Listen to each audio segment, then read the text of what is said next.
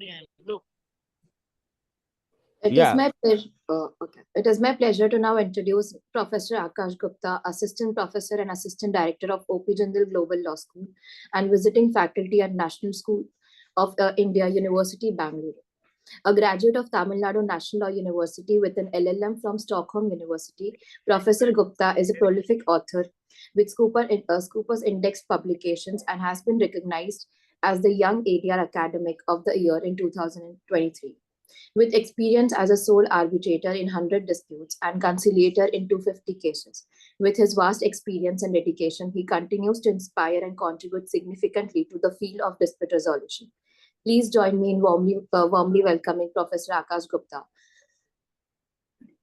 Over to you, sir. Thank you very much. Are you able to hear me? Yes, sir, you Can are you hear me? audible. Yeah, perfect. Thank you very much, Kalpesh sir, Hiranshi ma'am, and the whole team for having me here. So just wanted to make sure that what will be my time from now? now looking at schedule, like take 1 hour, like Yes. because you are busy Sir, so in a conference. do I have to finish almost by 11:10, 11:15 the same time? I'll manage it. Yeah, you can take up to 12:15 because you are at conference right now. Okay, yeah, Yeah, sorry, 12:50. Yes, yeah. sure, sir. I'll manage it accordingly. Okay, so thank you very much, sir, for having me here to discuss the basics of alternative dispute resolution. Are you able to see my screen? Yes, yes, Yes, yes. sir. Okay, perfect.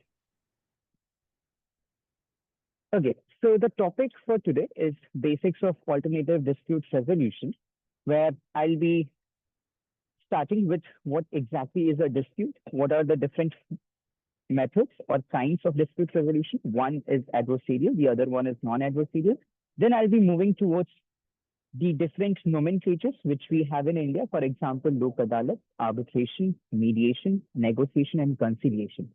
And please feel free to stop me anytime whenever you have a question. The idea of this is more like a discussion instead of having it more like as a one-to-one lecture. So let's start with the first part.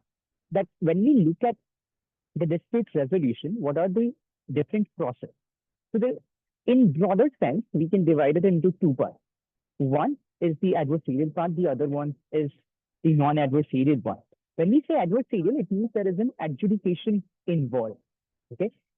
However, when we talk about non-adversarial, there is no adjudication involved. When I say the word adjudication, it means that there is a decision making involved. So when you go to a court, there is a judge who is going to decide whether party A is right or whether party B is right, right? So there is a sense of judgment. There is somebody who is making a decision. That is what we call adjudication. So when we talk about arbitration, when we talk about trials, when we talk about litigation, you have adjudication involved. So it's called adversarial methods. When we talk about something like negotiation, mediation, conciliation, or lok adalat, where the parties have to settle or have to take a call jointly. It's not somebody that one party is taking a call for. Okay. Now, in this regard, so the larger framework is adversarial versus non-adversarial. Now, let's look at the next part. What are the impacts or what are the features of these adversarial versus non-adversarial? If you look at the adjudicatory method, there needs to be a due process which has to be followed. The system is coercive because once you get into that system, once you go for arbitration or once you go for litigation, you have to come outside that system with a judgment which is going to be binding upon you. There is no question that you will say that, no, I don't want to, get a decision. Once you go to a court, you have to get a decision on that. In the adversarial part, there is an evaluative method which is used. However, in terms of non-adversarial, it's more facilitative and the control is with the parties in non-adversarial. However, if you look at the adversarial part, it's all controlled by the third party, which is either the arbitrator or a judge in the state court. Any questions so far?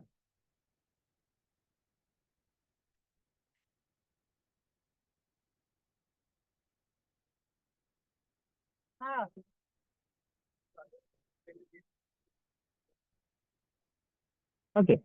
Now, I don't see a question on the chat box. You can, of course, write your questions on the chat box also.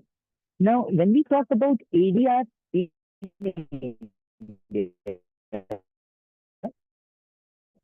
need to understand this, that the larger framework from where we get this is Section 18 first and the CPC.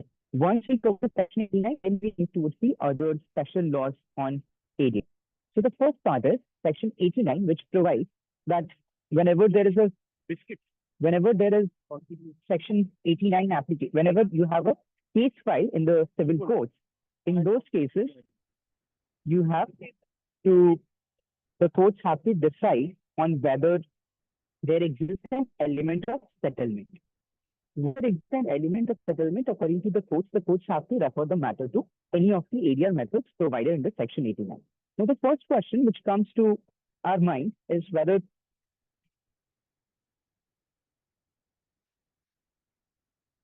with respect to Section 89 is whether the court has to mandatory send the matter to ADR methods, or is it a discretion of the court? The answer is the court has the discretion, and the court has to evaluate whether there exists an element of settlement. So this is Section 89. Now, what are the different ADR methods which are there under Section 89? First is the arbitration, which is governed by the Arbitration and Conciliation Act. Second is conciliation. Third is judicial settlement, including lok adalat. Fourth is mediation. Now, all of this is already governed under the Act. Now, what happens if a party has been referred to ADR and there has been no settlement? Now, in that case, there needs to be a failure report which has to be filed, and the case comes back to the original court. So Section 89 doesn't mean that directly you can use Section 89 for any of the ADR methods. Section 89 is when you file a case in the civil court, the civil court has a discretion. If they are of the opinion that there exists an element of settlement, they can refer the matter to ADR. This is precisely what Section 89 provides for. Now, let's understand that what are the disputes suitable for ADR? When I say suitable, it means what disputes are possible to be submitted for arbitration or, let's say, mediation. Is it like all the cases which are suitable for arbitration, or is it different for arbitration, or is it different for mediation? Now, let's understand this. If we talk about the relationship disputes or family disputes, you must have heard that within the Family Courts Act, within the Hindu Marriage Act, there has been provisions where it is provided that first you have to try out mediation. Once mediation fails, then you have to come back to the court. Now, of course, those matters are suitable for mediation. But if I ask you, those matters, whether those matters are suitable for arbitration, can you resolve a husband and wife dispute or a live-in relationship dispute through arbitration? Just to give you another example, whether sexual harassment matters can be resolved through arbitration, or can it be resolved through mediation? Any views which you have? What do you think? Can you resolve these disputes with arbitration?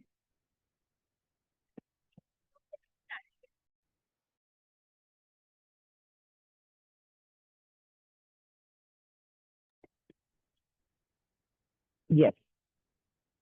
Anyone? Okay, I see some messages. Okay. So I see some messages who say that, it can be. Are you able to hear me? Because I think the audio is working. Okay. So some people are saying that, yes, it can be resolved through mediation or arbitration. The short answer is that mediation is, of course, possible in a lot of disputes. For example, family matters, for example, Hindu Marriage Act, live-in relationship, a lot of issues. However, if you refer to, let's say, arbitration, these matters, there exists a problem because within the Indian laws, it's not possible to conduct arbitration. Now, this is something which showcases the importance of understanding that what disputes are suitable for ADR. When we say ADR, ADR is a broader term. But when we refer to arbitration, it's a very specific mechanism. So if you have to answer this question, live-in relationship, sexual harassment, arbitration, there is no possibility as of now because under the Indian law, we have certain cases, for example, Booz Allen and Vidya Jodia, which does not allow to have these within within the purview of arbitration.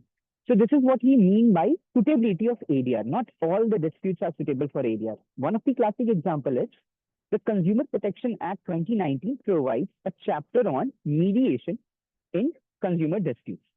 So there needs to be consumer forums, annex mediation centers, and mediation is possible. But if you think that consumer arbitration is also possible, that's a debatable topic. So this is something which you have to keep in mind, that suitability for ADR is way different than suitability of arbitration to a particular dispute.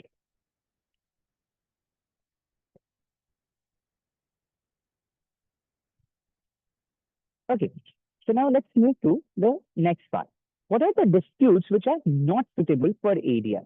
So there is a landmark judgment on this. Basically, AFCON's case coming from the Supreme Court has discussed Section 89, and it has discussed what disputes are suitable for ADR, what disputes are not suitable for ADR. So, for example, cases which involve criminal offenses, these are the disputes which are not suitable for ADR. So the case law for this is AFCON's. However, if you have to look into the arbitrability of the subject matter, you have to look into Booz Allen and Vidya Jodia case law. Okay, now let's spend some time with understanding the different ADR mechanism. One, which is not an ADR mechanism, is the judicial process. Now, just to give you an insight and real life example to make you understand what are the different methods of dispute resolution, let's say that you and I live in a residential hostel. Okay, we are in a university where it's a residential hostel facility is already there, and we have a dispute right there. Now, in that case, when we have a dispute, how do you resolve that dispute? Do you actually go to the Vice Chancellor's office, the disciplinary committee at the first stage and resolve it, or do you try something else? So the first thing is that you try to talk to the other person itself. When you try to talk to the person directly, that's a process called, it involves two parties, it's called negotiation. Okay. When you invite a third party, a mutual friend, some senior, somebody who is a junior to you, and that person helps you discuss the issue, that is called mediation. The third party, which is going to facilitate the discussion and also help you find a potential solution. They can provide you potential solution, that is called conciliation. The next stage is, let's say even after that, you are not able to resolve the dispute. You want somebody, a third party, who is going to decide who is right and who is wrong. In that case, you appoint a third party and give them the power to decide. That person is actually the arbitrator, right? So negotiation, it involves two parties. Mediation includes three parties, but the third party do not decide, but do not provide potential solution. In conciliation, you provide potential solution and you try to facilitate the discussion. Fourth is where you have to decide, that is arbitration. Now, what is Lok Adalat? Lok Adalat is when you have a pending dispute in a state court. The District Legal Services Authority forms a committee which actually, makes a list of cases which can be resolved through settlements under Lok Adalat. So Lok Adalat can have a panel member. It can be a sitting judge. It can be also advocates. They make a panel. In front of the panel, the two parties have to try out settlement. If it works, very good. It gets disposed of. But if in that case there is no settlement, then it goes back to the same court. Now that is what we call Lok Adalat. You must have heard about traffic challan disputes or rental disputes, motor vehicle accident cases in which a lot of Lok Adalats have notified in the newspaper that we are conducting this, national level Lok Adalats and all of those. So it's more like a settlement mechanism, but it's something which happens within the ages of the state courts itself. And the panel members not necessarily have to be a sitting judge. It can be a retired judge. It can be any advocate. So it's the in charge judge, the senior most judge who is taking care of this VLSA can nominate that. And of course, all the ADR methods which we are talking about here is all confidential. So for example, negotiation, mediation, conciliation, arbitration, all of them are confidential and you cannot take out even one piece of information out of it. So nobody comes to know about this except you guys, unless until you take a challenge to this court. However, if you talk about Lok Adalat, it's a public forum. If you talk about the judicial system, it's a public forum. Any questions so far?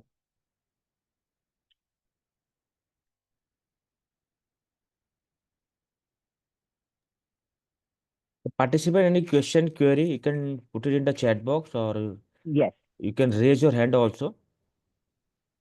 And request participant, So please stop annotation. Otherwise, we'll have to remove. Over to you. yeah. Okay. So in the AFCON case, the question was whether Section 89 empowers the court to refer the parties. Just a second.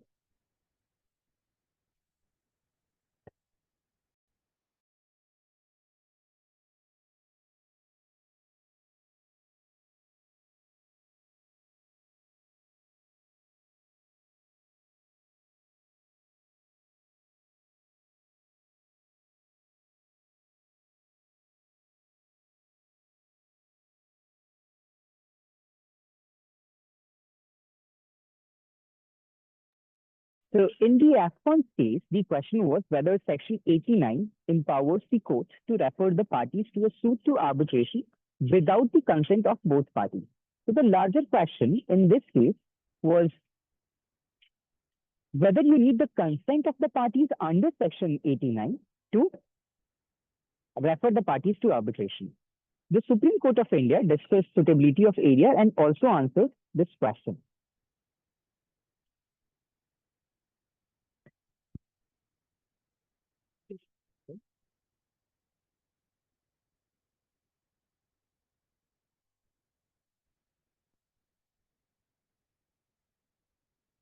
So the court said that the consent is required from the parties when you refer the matter to arbitration and conciliation.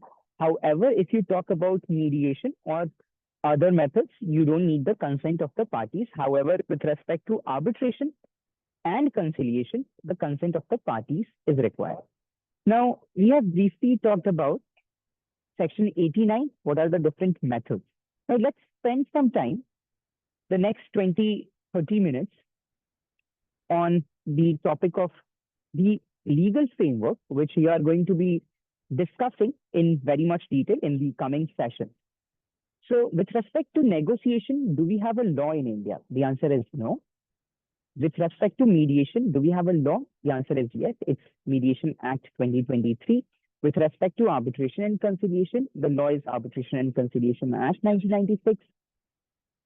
So starting with the first one, Mediation Act 2023. So this is the first law which has actually started the whole idea of having mediations with a binding effect. Before 2023 Act, there was nothing which was providing a framework to provide binding nature of the mediation settlement agreement. However, the Mediation Act 2023 specifically provides that it has an enforcement value as of a decree of a civil court. Just give me a second.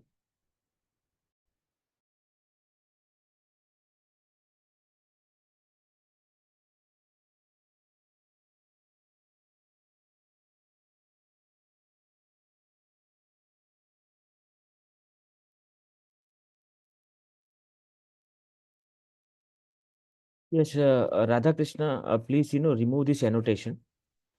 I request participant, please do not use annotation. Over to you. Thank you, sir. Okay, I hope you are able to see me, and I'm really sorry that I'm in a conference. I'm taking a class from here, so you have to get some pauses which are not within my control. Okay, so with the Mediation Act 2023, the aim was to expand the scope and recognize the pre-litigation mediation, online mediation, community mediation. And this was the first breakthrough law where it has been provided that the mediation settlement agreement is enforceable and it has the same value like you have the decree of a civil court. There is also a challenge procedure which is mentioned within the Mediation Act. It's a very limited challenge procedure.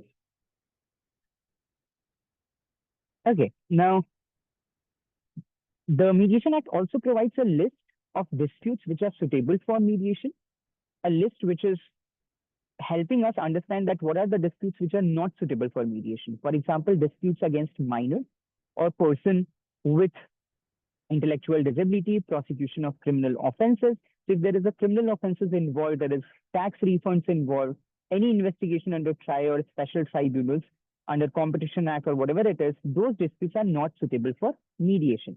However, it is not an exhaustive list. It provides that any other disputes which are not suitable will also be included. Now, this Mediation Act is also intended to apply beyond civil and commercial disputes, disputes relating to compoundable offenses, including the matrimonial offenses. So if there is an offense which is compoundable, but still has a criminal flavor to it, still it will be something to which the Mediation Act Section 6(1) will be applicable. A mediation agreement, what should be the form? What is the validity of a mediation agreement? All of this is already governed under the Act. And the Act provides that irrespective of any mediation agreement, the parties may voluntarily, with mutual consent, can refer the matter to mediation before filing any case of civil or commercial nature.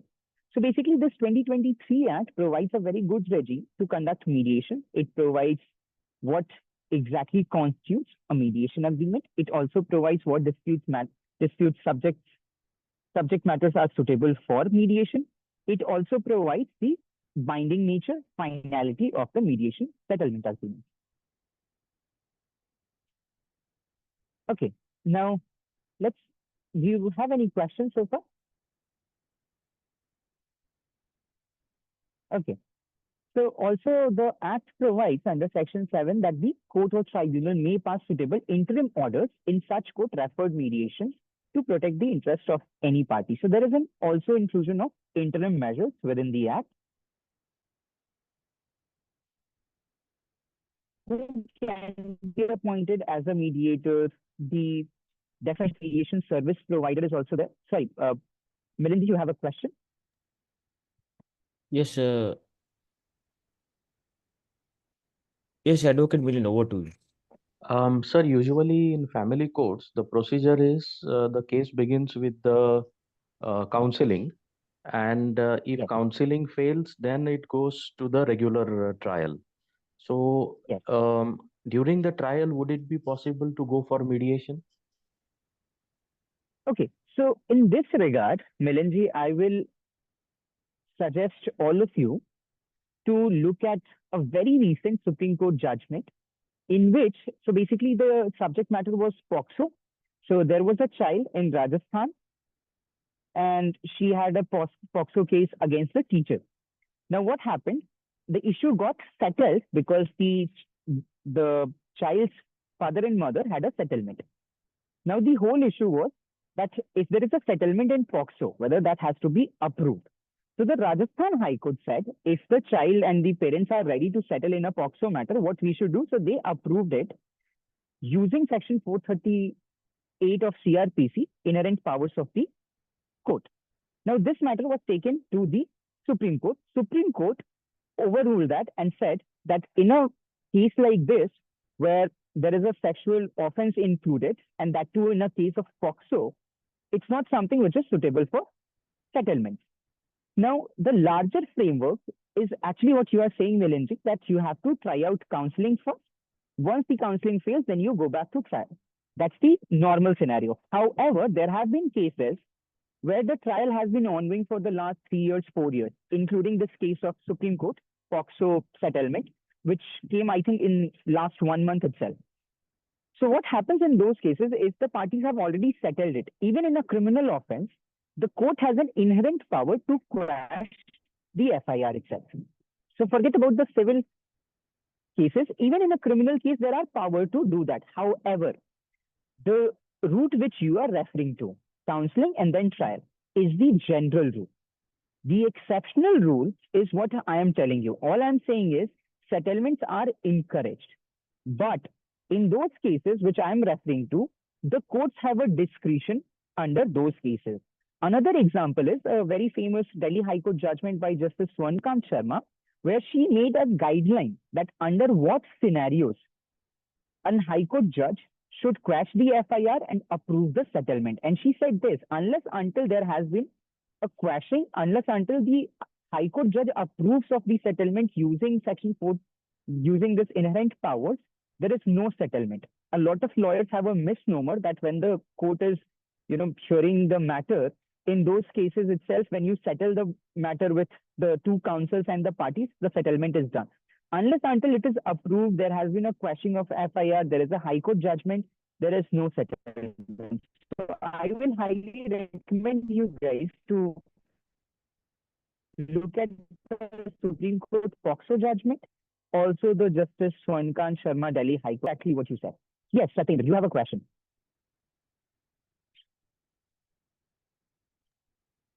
Yes, Satyendra, over to you.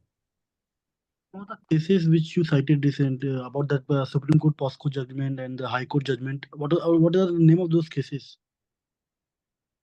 I'm not very good with names, but I'm just sharing you my, I'll just share you my details at the end of the session. So you can just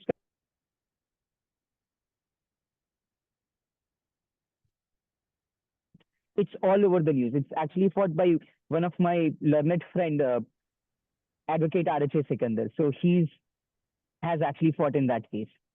So it's a very famous case. But if you are not able to find it, you can I'll share you my contact details. You can always write to me and I'll share you the PDFs of both these cases. Which will Sure, help. sir. Thank you so much. And I also see a question from Surya ji. Yes, you'll get the PPTs. Don't worry about it. The PPTs are made for you. It's not for me. So I'll share it. I'll relay it to Kalpesh sir. You can also contact him or you can contact me directly and we'll get you the PDF. Don't worry about that. Okay. Any other question before we go to the next point? Okay, so I see that my time is running out. We almost have 15-20 minutes. So let's go to the next part. We have talked about mediation for quite some time. Now let's look at what exactly is the framework for arbitration. Now, arbitration is divided largely into two parts in India. One is the ad hoc arbitration, one is the institutional arbitration. I'll give you an example for this. Let's say I and Kalpesh sir are two CEOs of two companies. And Kalpesh sir wants 100 laptops of Apple to use for his organization. And I'm a supplier of laptops. Now, he said that I want this to be delivered by 1st of January because I'm going to launch something like a, offline center for which I need, and the inauguration is on 10th of January. So the time is of essence. We entered into a sales agreement. Now, the sales agreement also provides that time is of essence. By anyhow, I have to do this, and there was an arbitration clause. Now, let's say if I am not able to deliver this, what are the options with Kalpesh sir? If there is no arbitration agreement, how do you resolve it? You have to go to court, right?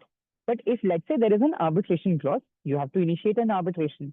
But how Kalpesh sir has to initiate an arbitration? He has to write an email to me notifying that there has been a breach of contract. And he'll say that the sole arbitrator, we have to decide, then the sole arbitrator will be appointed. Then we'll have the full trial of that. That's one. But in those cases, who is going to book the venue where the arbitration is happening? Or let's say if it's happening on Zoom, who is going to book that? How the cost will be divided? It's going to be a lot of things which I and Kalpesh sir has to decide with consent, right?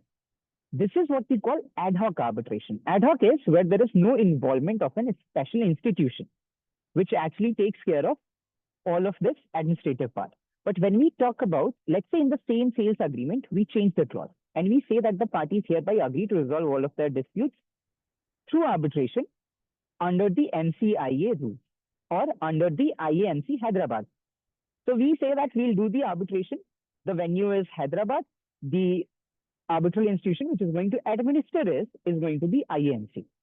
Now, IAMC has a very detailed rule on almost everything which you can think of. For example, cost, for example, interim measure, for example, emergency arbitrator. If we are not able to decide, let's say, Kalpesh sir wants Milan ji to be the sole arbitrator, and I say, no, I want Dubey ji for the sole arbitrator. Now, we have a dispute over appointment of arbitrator itself. Now, how do we appoint the arbitrator? In ad hoc, there is a deadlock, so you have to go to court. But let's say when you have an institutional arbitration, which is taking care of all of this, IAMC, so it's very simple. Both of us write to IAMC registrar that why don't you nominate a sole arbitrator. So IAMC has a list of arbitrators and they'll appoint an arbitrator within 24 hours or 72 hours. Now, this is something which is the beauty of institutional arbitration, right? So institutional arbitration has a cost attached to it because they are going to take care of all of this management with respect to arbitration. In ad hoc, it's lesser cost, but it's a lot of problems if the parties are in consensus to decide all of the procedures, all of the payments, advances, appointment. If they're in a consensus, very good. Otherwise, institutional arbitration is something which is going to help you.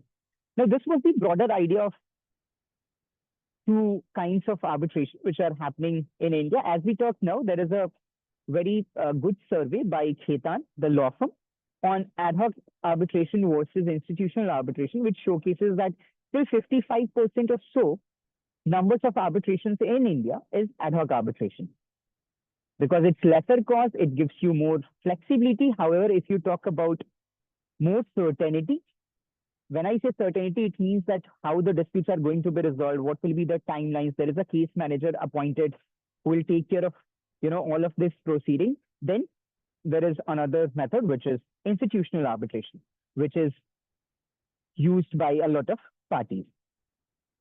Now, if you look at the different phases of arbitration, so it starts with the notice of arbitration.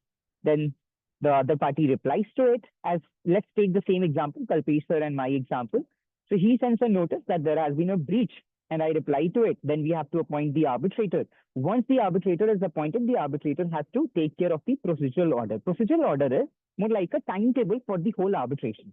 That how many hearings, how many witnesses, how much hours we have to spend, what should be the tentative dates we have to block for this, till what point of time we have to close the hearings, how much time the arbitrators will take to deliberate, by what time we'll be getting the final award. All of this is something which has to be decided by the arbitral tribunal in presence of the parties and the counsel. Now, the tribunal also has to take care that the equal treatment of parties has to be followed. What are the rules applicable? If you have an institutional rules like IAMC or MCIA, you have a detailed guidelines on the rules and procedures. Then what is the seat of arbitration, language of arbitration, all of this has to be there. After that, there is a commencement of arbitral proceedings, hearings, written proceedings, and the witness testimony, all of this. Then it moves to the other part. If one of the party requires an interim release, just to give you an example of interim release, let's say in this case, as a supplier, I can only, procure 100 or 110 laptops. And let's say it's within like 10 days of the release of the latest model of Mac. Now, Kalpesh sir is of the opinion that Akash is not having, let's say, 1,000 laptops. So he's only having 100 laptops. And if, let's say, Akash gets a better offer from somewhere else, maybe he'll sell this off to somebody else and he'll not be able to give me the same laptop even after he wins the arbitration. So he wants me to stop selling these 100 laptops to anyone. So this is for this, he has to seek an interim measure, right? He can seek an interim measure at the court with the court under Section 9. He can also seek the interim measure with the tribunal under Section 17. And there is another provision which is called emergency arbitration, which is more like an interim measure, but in a very quick format for which you have to appoint a special emergency arbitrator. This is something which is already there under the IAMC rules. So you can appoint an emergency arbitrator, you can secure a relief if the emergency arbitrator agrees with your submission. Oral hearings and written proceedings, afterwards there is an arbitral award. Once the arbitral award is rendered, the termination of proceedings happens. Then if one of the party is not satisfied, then the award debtor who is not satisfied can move to the court under Section 34 for challenge of the arbitral award. After that, there is an execution of the award under Section 36. If you are not satisfied with any of the orders or judgments from the courts, you can take that to the appellate courts and to the Supreme Court of India under Section 37. Now, the arbitration legislation in India is Arbitration and Conciliation Act. It is based on the 1985 ancestral model on international commercial arbitration and the conciliation rules. So the last part is, in India, even though we have a lot of ad hoc arbitration, but it has been shifting in the current times. So we have a lot of institutional arbitrations which are actually coming up. So the major institutions in the world are on your screen: International Chamber of Commerce, Paris; London Court of International Arbitration; Singapore International Arbitration Center; ICDR, American Arbitration Association; Hong Kong, China; and then Mumbai Center for International Arbitration.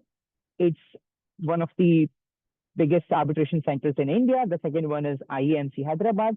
The third one is also IIAC, which is funded by the government of India. It's called India International Arbitration Center. And this is something which I had to discuss, and now I open the floor for questions. If you have any questions, please feel free to unmute yourself, or you can just write on the chat box. And people who want to connect, you can just scan this QR and you can drop me a message if you want that exact cases or the slides. Any questions? Yeah. Any question from participant? There you can raise your hand or put it in the chat box. This is a question from Mahesh. Can we use the arbitration process for void of land acquisition process from government? No, I don't think you can use arbitration, because for those cases, it's the state courts which has the exclusive jurisdiction. And one of the case law, which is Vidya Drolia, provides that if there is an exclusive jurisdiction with respect to one of the state entity, that is something which is not suitable for arbitration. So you cannot. And to read more on this, you should actually refer to Vidya Drolia judgment, and you'll get more ideas about that. Any other question? Yes, Advocate Milind, over to you. Yes, Sir, please. I heard that to be a mediator, there has to be a certification which is so-called 40 hours mediation course. Now, these two institutions in India, whether they provide those 40 hours mediation course, or there's some other kind of institute which is authorized to provide it for the empanelment with the local courts. Okay, so Milind, your question is on point, because in India, you at least have 50 to 100 40 hours course. The problem is, I'm in a conference today where, Justice Suryakant was giving his presidential address here. And there was also a discussion on Mediation Council of India. So basically Mediation Act 2023 provides that there needs to be a national regulator. The national regulator is going to be Mediation Council of India. The government of India has proposed, I think, 50 lakhs or some amount in this year's of budget, 50 lakhs to set up this Mediation Council of India. The role of Mediation Council is that they have to lay down what courses are recognized by the government of India.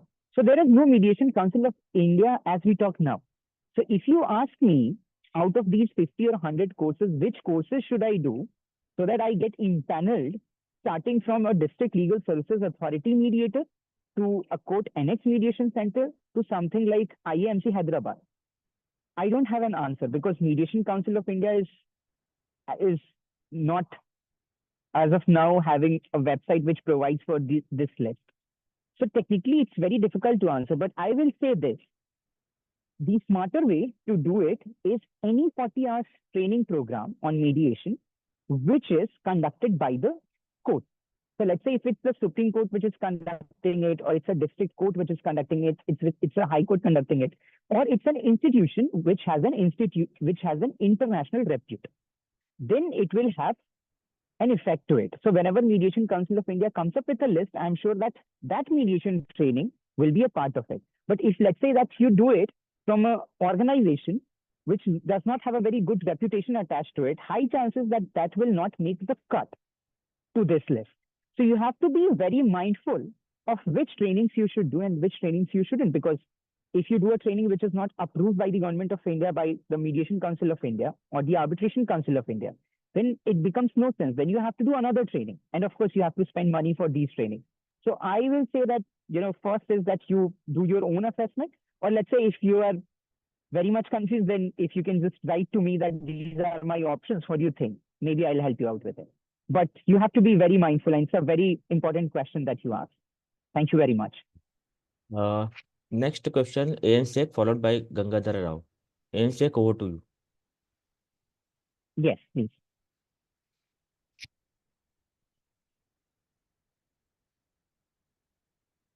Yes, AN Sheikh, are you there? Or you can move forward to Gangadhar Rao.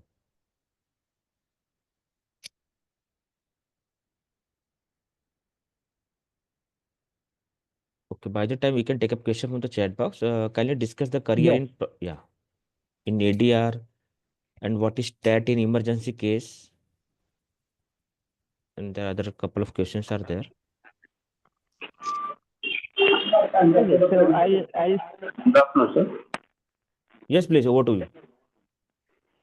Sir, in most of the cases, government is the major litigant. Any such cases to be resolved under IDR, ADR?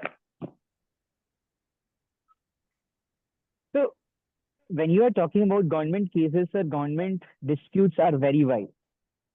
So if you are asking about a specific subject By matter service, only, then I can answer.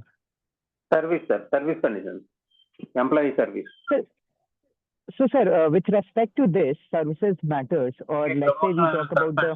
Like Sorry? maybe promotion or a suspension in that Yes. such cases. So in terms of service matters, of course, there can be some usage of ADR, and it also depends on the different organization. For example, if the organization comes up with their own internal regulations, rules, that let's say in these service matters, when an employee has a dispute, the first stage is that you have to do mediation.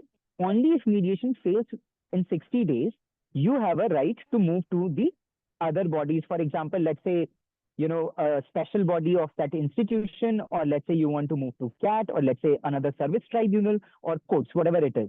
So the organizations have to take a call. I'll give you an example for this. A pretty similar example is this finance department has circulated this notification where they said, first, the scenario was they had arbitration clauses. Now they are saying that we need to give more push to mediation instead of arbitration. So this is something which is the call of the ministry itself. So let's say if the ministry takes this matter in their own hands and decide this, or let's say if you are talking about, railway electrification, or you are talking about railways matters, you are talking about, let's say, power grid corporation. So they can also make a rule accordingly. However, if you talk about the employment and arbitration, service matters and arbitration, that's a very different field, because then again it becomes debatable that on one side it's an employee, the other side it's an employer. There may be a challenge of public policy. But with respect to use of mediation or conciliation, that's totally fine. I'll give you an example of the Industrial Disputes Act. So the conciliator officer has to be mandatory there. First, there needs to be a conciliation. Only then you can move to the tribunal. So it depends on every different organization and the ministry. And I'm sure that some of the ministries or the organizations already have mediations included in their own rules.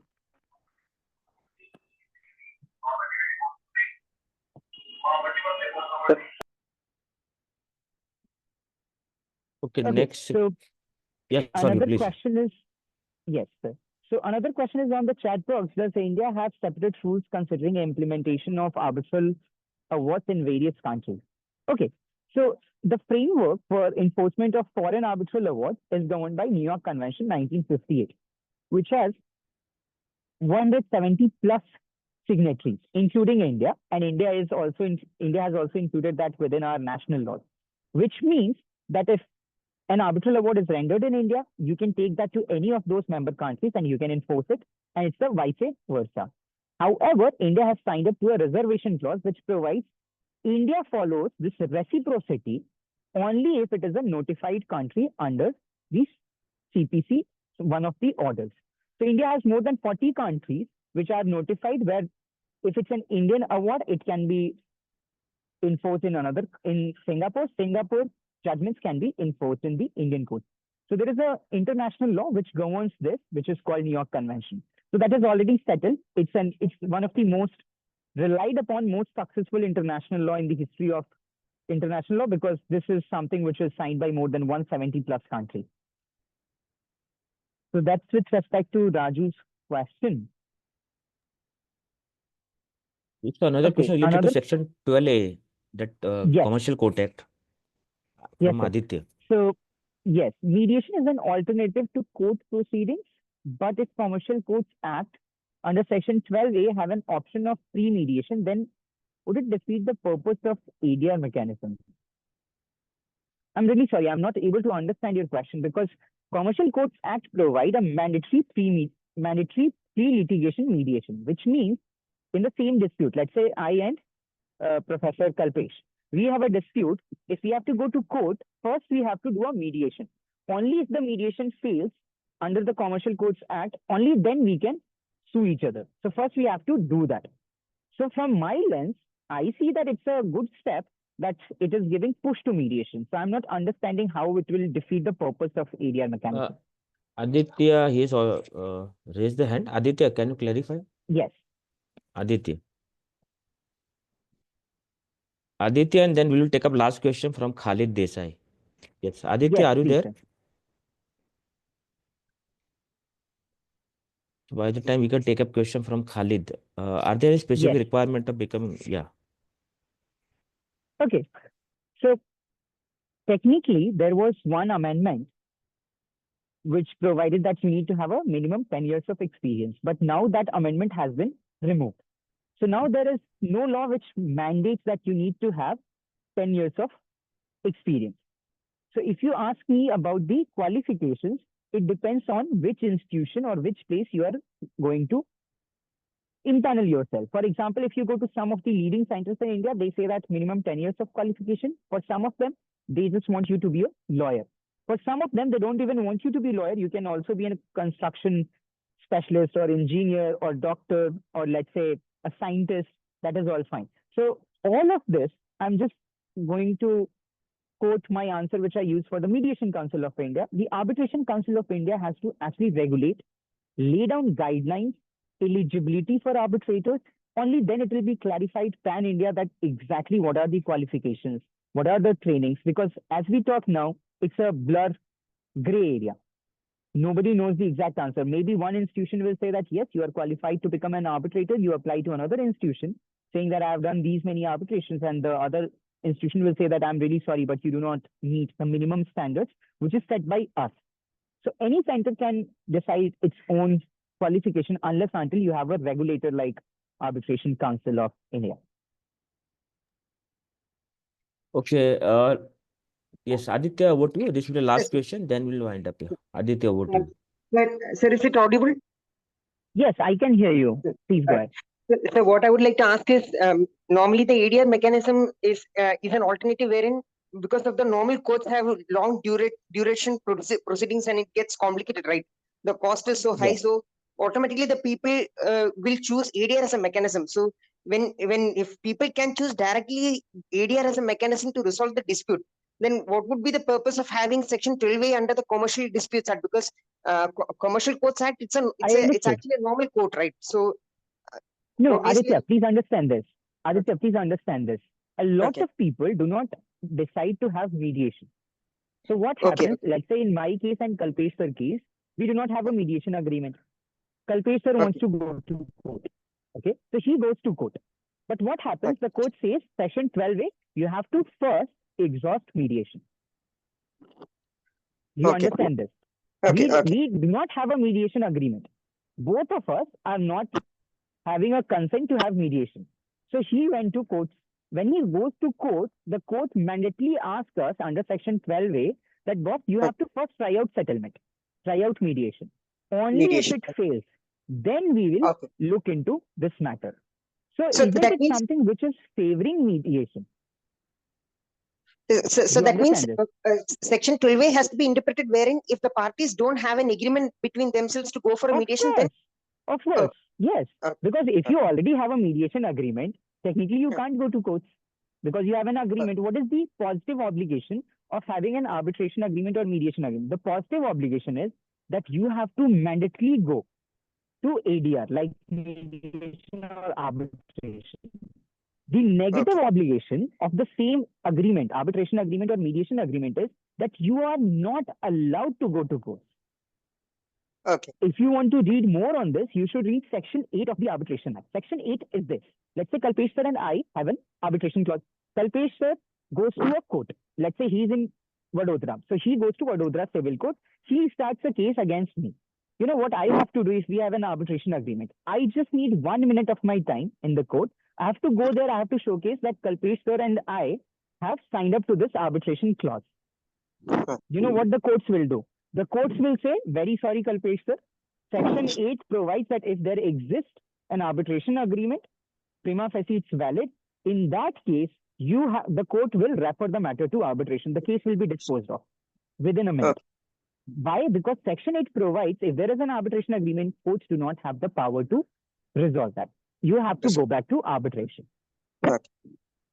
Yes. Thank you, sir. It was clear. Thank you. I think we should relieve Akash because he is having a conference right now. So he has taken out time for our, inauguration, I would say, at the first session for this program. Because, and then thank you very much, Akash, for, sparing a valuable time out of No, this sir, busy all schedule thanks to you.